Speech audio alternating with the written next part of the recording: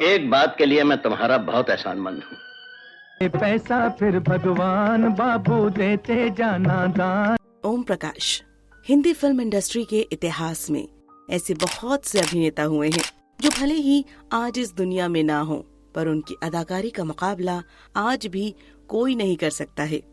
कुछ ऐसा ही अंदाज था कैरेक्टर एक्टर ओम प्रकाश का। अरे अर्जुन, ओ अर्जुन! ओम प्रकाश ने कई हिट फिल्मों में अपनी छाप छोड़ी। 5 दशक तक पर्दे पर अपनी कलाकारी दिखाने वाले ओम प्रकाश ने अपनी कॉमिक टाइमिंग से अच्छे कॉमेडियन को भी पीछे छोड़ दिया था। अरे 25 का बांका जवान हो गया है, मगर बुद्धू का बुद्धू ही है। अरे इस उम्र में तो मन में मस्ती होती है, दिल में एक तरंग होती है और सीने में अरमान होते हैं। तो चलिए इस वीडियो में जानते हैं क्यों ओम प्रकाश को हिंदी फिल्मों के श्रेष्ठ कॉमिक एक्टर्स में से एक के रूप में जाना जाता है। साथ ही जानेंगे उनकी जिंदगी से जुड़े कुछ मजेदार और नाटकीय किस्से। बने रहिए हमारे साथ। ओम प्रकाश का जन्म 19 दिसंबर 1919 को लाहौर में हुआ था। उनका पूरा नाम ओम प्रकाश चब्बर था। उनके पिता एक अमीर किसान हुआ करते थे जिनकी कई एकड़ जमीनें थीं।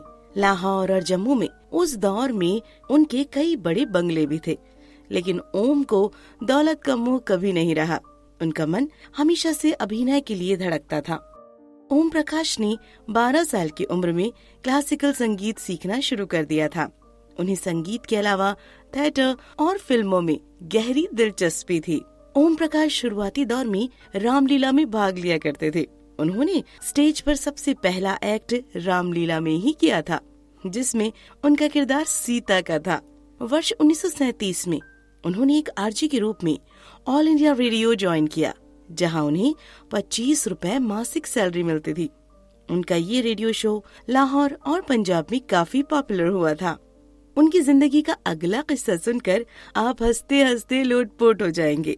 ये किस्सा उन दिनों का है जब ओम प्रकाश लाहौर रेडियो स्टेशन में काम कर रहे थे, जब द्वितीय महायुद्ध चल रहा था। ओम प्रकाश रावलपिंडी से लाहौर जा रहे थे। रेलगाड़ी फौजी जवानों से ठसाठस भरी थी, मगर उनका जाना भी जरूरी था। ओम प्रकाश के पास 3rd क्लास का टिकट था और दाखिल होने के लिए सिर्फ 1st क्लास में जगह थी। उसमें 3-4 अंग्रेज सैनिक बैठे अंग्रेजी में बातें कर रहे थे। ओम प्रकाश 1st क्लास में घुस तो गए, लेकिन तभी उनके दिमाग में आया कि क्यों ना उन लोगों के सामने गूंगे का अभिनय किया जाए, और उन्होंने वैसा ही किया। कॉलेज में पढ़ता था, 2-2 लाख आदमियों के सामने लाउड स्पीकर के बगैर लेक्चर देता था और एक कान तक मेरी आवाज इस तरह जाती थी जैसे कि अभी तुम्हारे कान में। जब फौजी अफसरों ने उनसे पूछा कि क्या वो जन्म से ही गूंगे हैं, तो ओम प्रकाश ने बड़ी खूबसूरती से अपना सिर हिला दिया। फौजी अफसरों के मन में उनके प्रति सहानुभूति पैदा हुई और उन्होंने ओम प्रकाश को भरपूर खिलाया पिलाया और लेटने के लिए एक पूरी बर्थ भी दे दी, और इस तरह खूब मजे से उनकी वो यात्रा पूरी हुई। किसी कर्नल या जर्नैल से कम है। सलामत रहे जवानी, जवानी कसम अब भी जिधर से गुजर जाऊं पहले। तो इस तरह प्रकाश की जिंदगी आगे बढ़ रही थी और उनकी जिंदगी में एक टर्निंग पॉइंट आया। एक दिन एक शादी में जाने माने फिल्म निर्माता दलसुख पंचोली ने उन्हें देखा और उन्हें बतौर अभिनेता फिल्म दया में पहला ब्रेक दिया।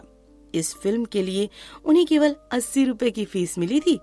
ये उनकी पहली प्रमुख फिल्म थी, लेकिन फिल्मों में अभी बड़ा ब्रेक मिलना बाकी था। का बच्चा है पिताजी, आप अपना नाम क्यों खराब करते हैं?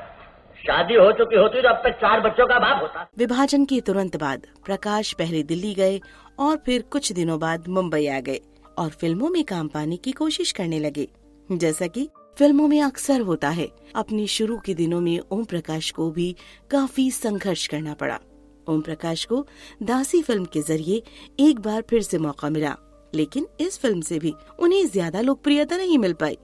इसके बाद आया साल 1949 का। इस साल लखपति नामक एक फिल्म में प्रकाश ने विलन का किरदार निभाया, जो कि सिनेमा प्रेमियों के बीच काफी पॉपुलर हुआ। इस रोल ने उन्हें खूब प्रशंसा दिलाई और उन्हें लाहौर, 4 दिन और रात रानी जैसी फिल्मों में भूमिकाएं मिली। अब मैं तो आगरे का ताजमहल भी खरीदना चाहता हूँ, मगर कोई बेचता ही नहीं है। अपने करियर के इस दौर में उन्होंने दिलीप कुमार के साथ आजाद और राज कपूर के साथ सरगम, मिस मैरी, बहार और पहली झलक में काम किया। वो अशोक कुमार के साथ हावड़ा ब्रिज और देवानंद के साथ तेरे घर के सामने में नजर आए। किशोर कुमार के साथ आशा और मनमौजी में भी उनके अभिनय को खूब सराहा गया। गाफिल तुझे घड़ियाल ये देता है मुनादी, गर्दून घड़ी उम्र की एक और घटा दी। दिलीप कुमार, राज कपूर, अशोक कुमार, किशोर कुमार और देवानंद जैसे दिग्गज स्टार्स के बावजूद वो फिल्मों में अपनी एक अलग पहचान बनाने में कामयाब हुए। श्रीमती बिमला के पति कमला प्रसाद को शिमला में मिले। अब तू ही बता बेटे कि इस कमला प्रसाद को कहाँ ढूंढूं? ओम प्रकाश ने अपने करियर में प्यार किए जा, खानदान, साधु और शैतान, गोपी, दिल दौलत दुनिया समेत कई फिल्मों में काम किया। हर फिल्म में उनका किरदार पहले से जुदा होता। अपनी फिल्मी सफर में ओम प्रकाश ने करीब 300 से अधिक फिल्मों में शानदार अभिनय किया। इस पापी संसार से मेरा दिल भर गया है। रहिए अब ऐसी जगह चलकर जहाँ कोई न हो। मगरदास वर्ष 1950 से 1980 तक उन्होंने सपोर्टिंग एक्टर के रूप में कई यादगार किरदार निभाए, जिनके लिए उन्हें कई अवार्ड्स भी मिले।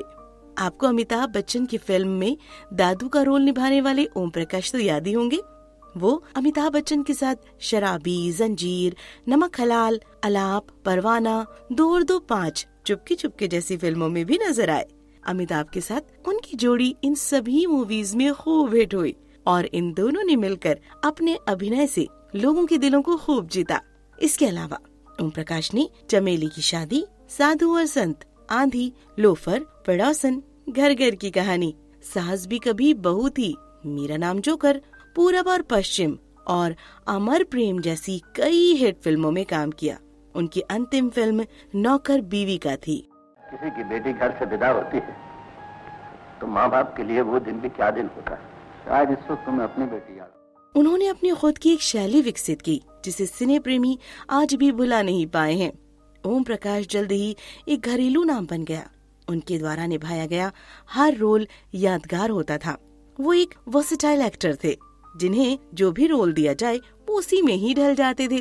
किसी मूवी में वो एक कॉमेडियन है तो किसी में समस्याओं से बोझिल पारिवारिक व्यक्ति, कभी वो मुंशी बने तो कभी खलनायक, कभी उन्होंने शराबी तो कभी चिड़ा हुआ पति, कभी प्यार में डूबा हुआ बूढ़ा। है कितना खूबसूरत पाँव है।